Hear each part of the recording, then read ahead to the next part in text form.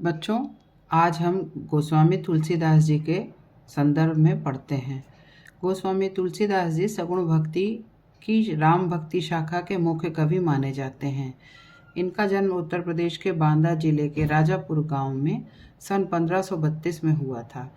इनके गुरु नरहरिदास जी को माना जाता है। इनके गुरु ने इन्हें वेद, पुराण और अन्य शास्त्रों का अध्ययन करवाया। तुलसीदास जी श्री राम के अनन्य भक्त थे। इन्होंने संवत 1631 में रामचरितमानस नामक ग्रंथ की रचना की।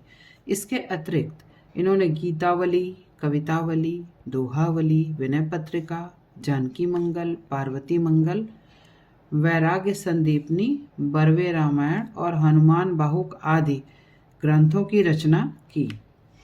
तुलसीदास जी की भाषा अवधी तथा ब्रज भाषा है।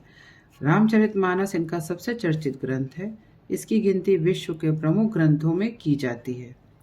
तुलसीदास जी की मृत्यु का समय विद्वानों के अनुसार जुलाई सन 1623 को 111 वर्ष की आयु में माना गया है।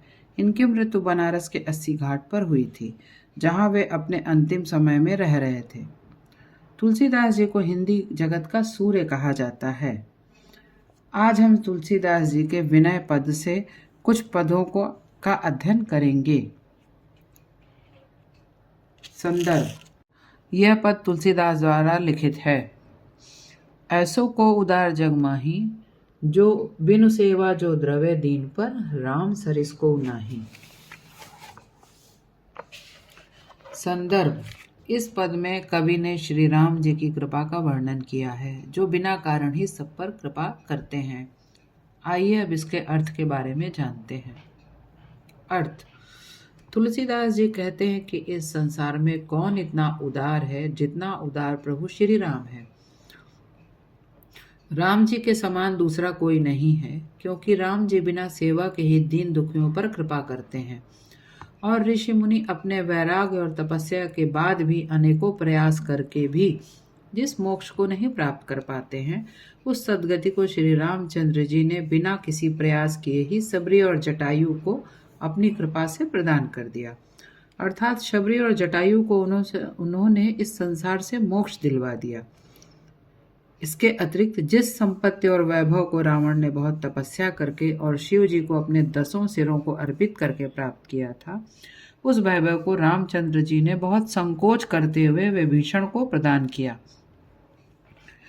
विभीषण को प्रदान करने में उनका कोई अहंकार नहीं था, बल्कि श्री रामचंद्र जी के मन में बहुत संकोच था कि उन्होंने विभीषण को बहुत कम दिया। तुलसीदास जी कहते हैं, मेरे मन, यदि तू सब प्रकार से इस संसार के सुखों का उपयोग करना चाहता है तो श्री राम को भजन कर, आराधना कर, क्योंकि वो कृपा निधि हैं, सब पर कृपा करने वाले हैं, तो तुझ पर भी उनकी कृपा दृष्टि अवश्य ही होगी और सब इच्छाएं पूर्ण होंगी। तुलसीदास जी ने इसमें बड़े विनय पूर्वक श्री रामचंद्र जी की अर्चना की है और उन्होंने कहा है कि प्रभु श्री राम बहुत कृपालु हैं, वो सब पर अकारण ही कृपा करते हैं। अब हम दूसरे दोहे जाके प्रिय न राम वैदेही, तजिए ताहि कोटि वैरी सम, जदपि परम सनेही के विषय में पढ़ते हैं। कवि तुलसीदास जी कहते हैं कि जो व्यक्ति राम और सीता जी को जिसको प्रिय नहीं है, उस व्यक्ति को उसी प्रकार त्याग दीजिए जैसे किसी शत्रु को त्याग दिया जाता है।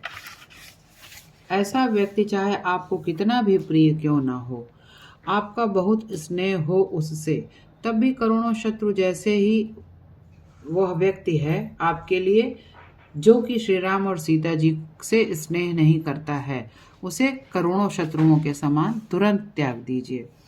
आगे कुछ उदाहरण से इसे समझते हैं। उदाहरण: प्रहलाद ने अपने पिता को छोड़कर वन में तप किया, क्योंकि उनके पिता किसी भी ईश्वर को नहीं मानते थे। विभीषण ने अपने भाई रावण को छोड़ दिया, क्योंकि रावण भी राम से स्नेह नहीं करते थे, उन्हें शत्रु के समान देखते थे। भरत जी ने अपनी माँ कैकेयी को त्याग दिया, क्योंकि माँ कैकेयी ने श्री रामचंद्र जी को अयोध्या का राज छोड़ने के लिए विवश किया और इसी कारण से भरत जी ने भी अयोध्या को छोड़कर नंदीग्राम में स्थान ग्रहण किया।